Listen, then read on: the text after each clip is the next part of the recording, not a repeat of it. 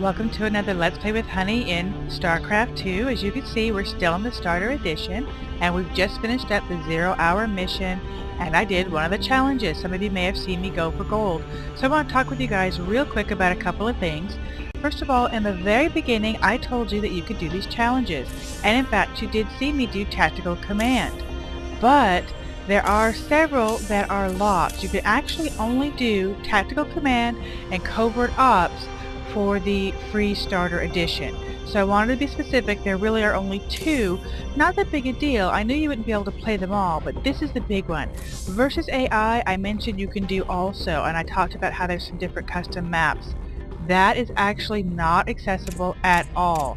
None of them are accessible without buying the starter game. You have to purchase it if you want to create. So there you go, just a quick update. Sorry guys, I actually hadn't played them, I just looked at them, and honestly I assumed you'd be able to do one or two just like you could with challenges. One more thing you might have noticed is different. I'm now a girl grease monkey instead of a boy grease monkey. You can actually go in here and look at your profile, see your achievements, and change your portrait. I'm not going to click on this to show you because there actually is some personal information that pops up tied to the account. But in their portrait, you can pick what decals on your units. I've kept mine at Rainer's Raiders, and you can change your picture. But your picture, you can only change as you access certain milestones, as you have certain achievements, or maybe you have 50 multiplayer, 100 multiplayer, whatever their set thing is, you have access to more and more in different pictures. And there's actually a lot of them, including, of course, the major players, but those take some insane accomplishments. So anyway, not that big a deal. I just thought I'd tell you I did change my picture. So let's go ahead and continue with our campaign.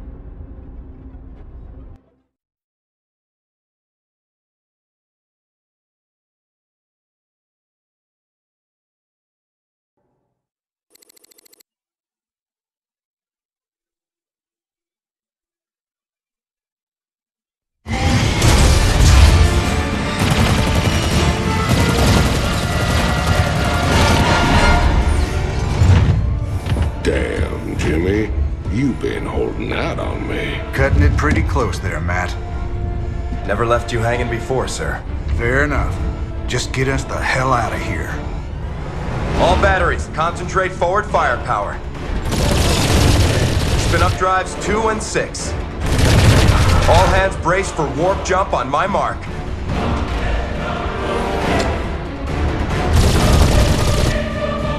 Mark.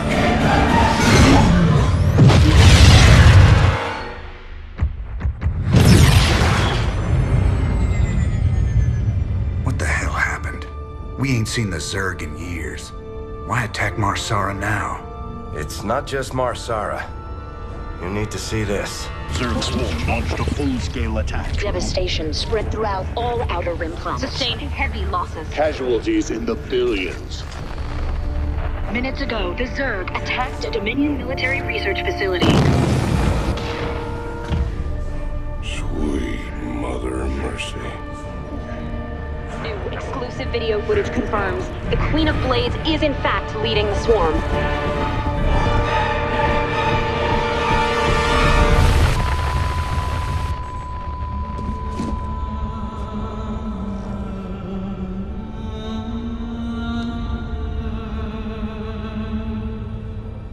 We always knew she'd be back, but what's she after?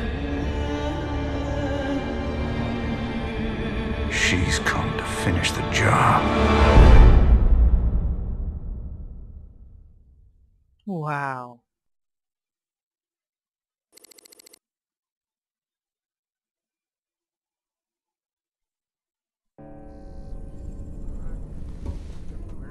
There's no telling what the Zerg will throw against us this time.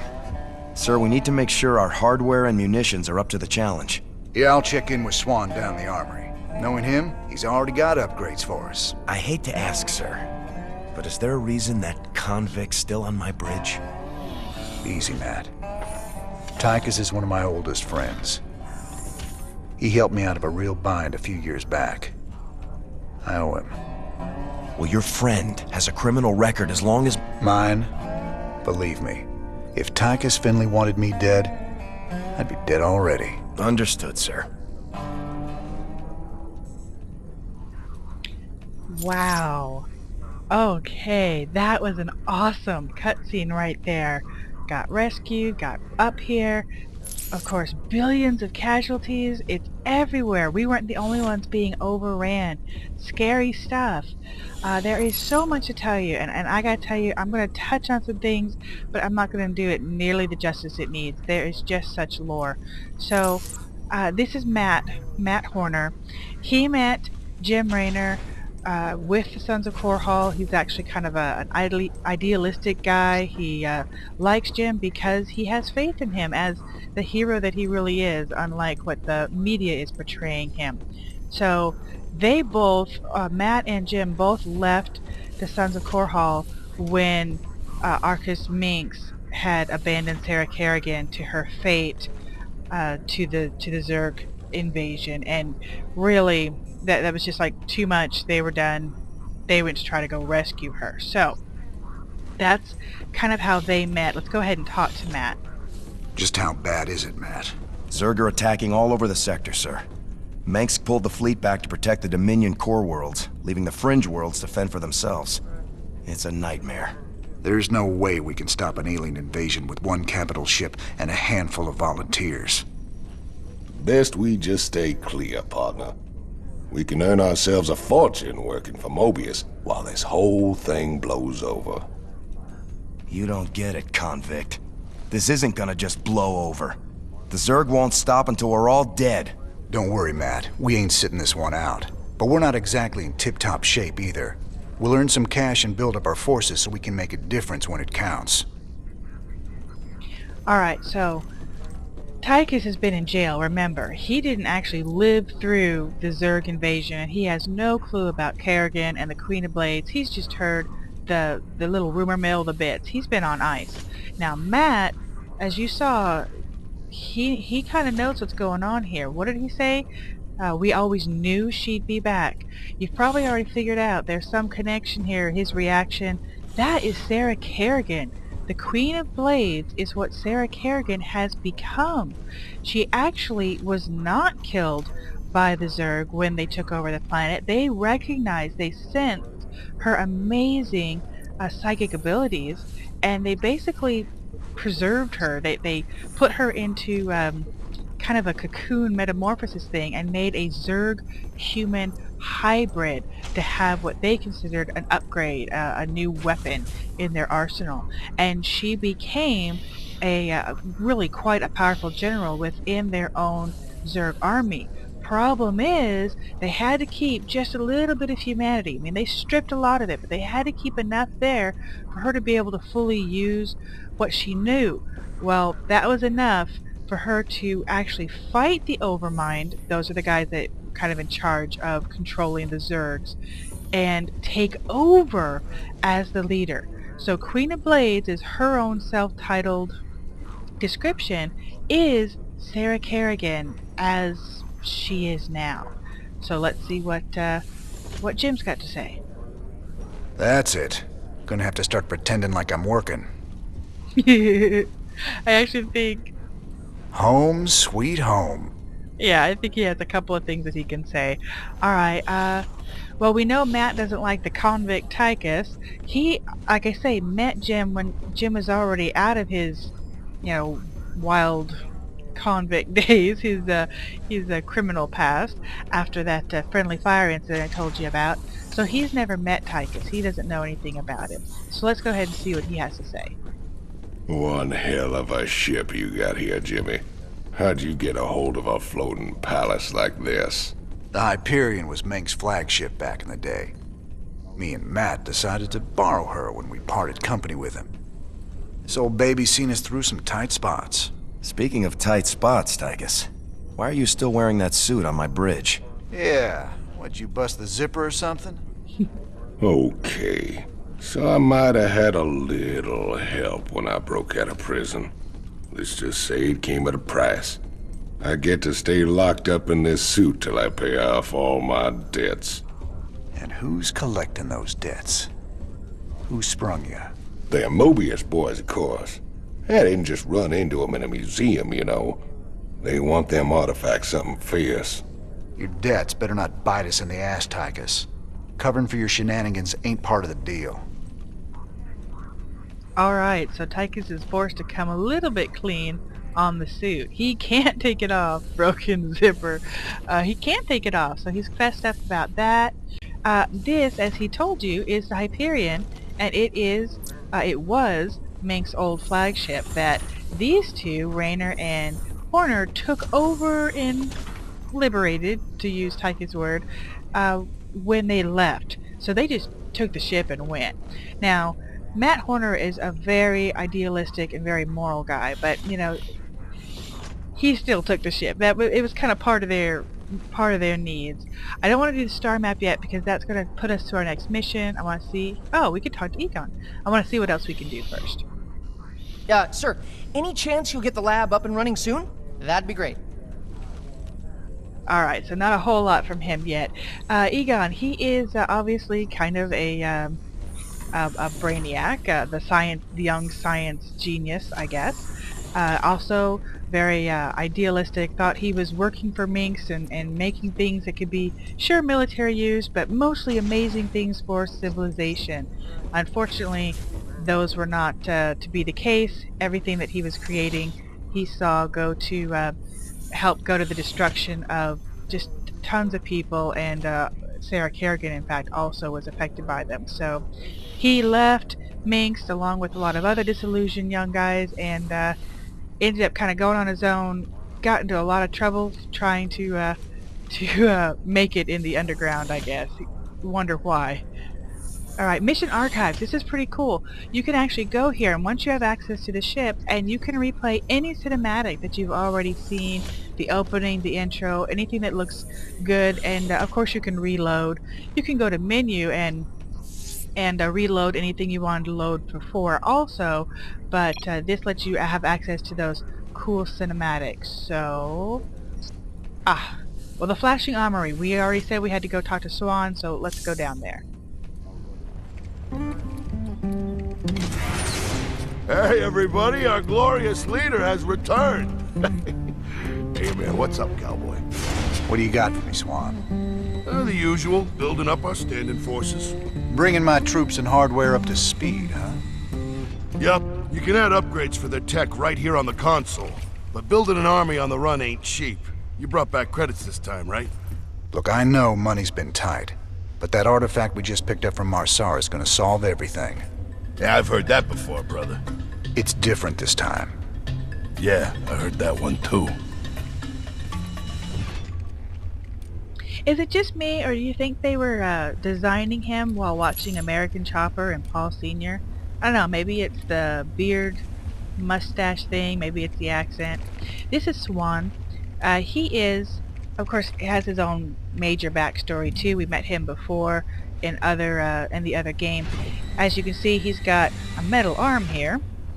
I guess that works for cool. I guess that is helpful for working on all these mechanicals. Anyway, he was a miner and just wanted to be a miner, even though he was a genius with machines. He just wanted to have his own little company and be a miner, but he got pushed out, corruption ensued, and all sorts of big fights happened. He ended up hooking up with Raynor along the way also. I should go for a walk outside. Oh, wait. Okay, so we've got Swan. Let's go ahead and check out the Armory console and see what we have access to. Okay, infantry and base. We've already got infantry up, so let's see. The Marines. Stim pack. These are great. They do take some initial damage, but they let you move 50% faster for 15 seconds. That is so nice. If you've got a lot of those guys coming in on you, you can pop the stim pack and move. And if you've got a medic, especially later on when we get the meta back, as you saw in my challenge, they can just be above the action and keep them healed. 50 grand. Okay, that's a good one. Plus 10 life is good too. Cost 60. Alright, so we're definitely going to want to look at that. See what the medic can do. Ah, this would be nice. It's not that big a deal because popping the tech lab onto your barracks and getting things pumped out, it's just a one-time deal, but it limits, and if that barracks gets taken out, you gotta do a whole nother tech lab to have access to the medics. And it certainly limits you in the beginning when you are very tight on resources because it takes a chunk of minerals and gas, of course, to get started. So that is very tempting too, and I've only got 100,000. Alright, this is red because obviously we don't have enough money for it, but it will let them heal faster and use less energy, which means more heals overall. So that's good to think of in the future. Of course, if I blow all my money now, it's going to take even longer to gain that. Let's look at the base upgrades. Okay, there's the bunker. We used a lot of bunkers. Alright, so we can increase their range by one more. Magnetic rail, very nice. Okay, so all weapons fired from the bunker have an extended range. That's a good one. And Neo Steel. Ooh, 2 more slots. So instead of only having 4 Marines in there, I can shove 6. That is considerably more firepower and protection. That's 50,000. I forgot. I want to check one more thing. See, I really want new stim packs. Alright, I think it's going to be stim packs for the Marines. Oh, that's nice. It just automatically shows you you've got this, and these are out of your league now. 60. Alright, and for the base, right there, I want to go and increase it by 2. So we've done it as defensive, we've got extra guys that can go in there and be protected, and we've got the ability to be able to do some kiting, to be able to run. And that's good if they are hurting and you need to get them out of fire, or it's good if they are coming up against something that they're just not able to stand up against, but we can do damage in the long run. So I'm content with both of those purchases. And obviously, more credits, more upgrades. So that is great. See if Swan has anything else to say. Upgrading what we got is all well and good, but when are we getting new hardware? Yeah, okay, that's the same. This old crate needs an overhaul. Yes, it does. Very cool. Don't think there's anything else we can interact with here. So, back to the bridge. Alright, the cantina we can't have access to. So we've got to do more missions, and the laboratory we have to do more missions. So these will be something that will be coming up as we advance through the game. Very, very nice. So, I guess that's it. Let's go ahead and check out the next mission. What's our general status, Matt? We've picked up a distress call from the planet Agria. There's a colony there under attack by the Zerg. Your convict buddy Tychus lined up a mission retrieving another artifact. It's on a Protoss shrine world called Monolith. Okay, so our choice is... The Mobius boys think there's another artifact on a world called Monolith. Supposedly there's Protoss guarding it. A group of fanatics call themselves the Tal'Darim. Now don't get all sentimental thinking these Tal'Darim are your old Protoss buddies, 'cause they ain't. Alright, so he has set up another artifact job for us, and oh, 110, very nice, for Protoss research, and we'd be able to check out the Marauders. Let's look at the Agria again. This one looks like a rescue mission. Any ship receiving this transmission. The Zerg are invading Agria. The Dominion abandoned us here. We're just a small farming colony. We've got to evacuate before we're overrun. If you can hear this message, please help us. Okay, well, we have to answer that call. There's just no two ways about it. So, the evacuation, it is 100,000, not quite as much, but still, that's a good chunk of cash, and plus 3 Zerg research instead of Protoss. So, this has got to be the one. I'm going to go on a limb and hope that we can have access to go get this one when we're done. We'll have to just see how that goes. So, evacuate the Agria colony. That's it. We can do the fire bat. Oh, this guy. He kind of reminds me of the Hellions, but not mechanical, but you know, as a biological. They are highly armored and flamethrowers. The description says it all. So they're very cool too. So, fight fire with fire. Time to launch.